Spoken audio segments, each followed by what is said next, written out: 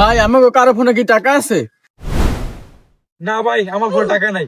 এই তোমার ফোনে টাকা আছে? না আমার ফোনে টাকা নেই। ভাই তোমার ফোনে টাকা আছে? না ভাই আমার ফোনে টাকা নেই। কি লাগে ভাই, তুমি কারে ফোন দিবা?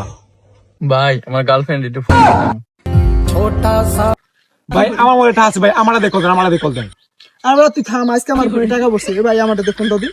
আর তোরা থাম, আমার মোবাইলে অনেক মিনিট আছে, মিনিট নেট শেষ হয়ে যাবো। এ ভাই তুই নে আমার মোবাইলটা ফোন দাও। নে ভাই তুই নাম্বারটা কও ভাই, তুই নে। ভাই এই না নাম্বার উঠান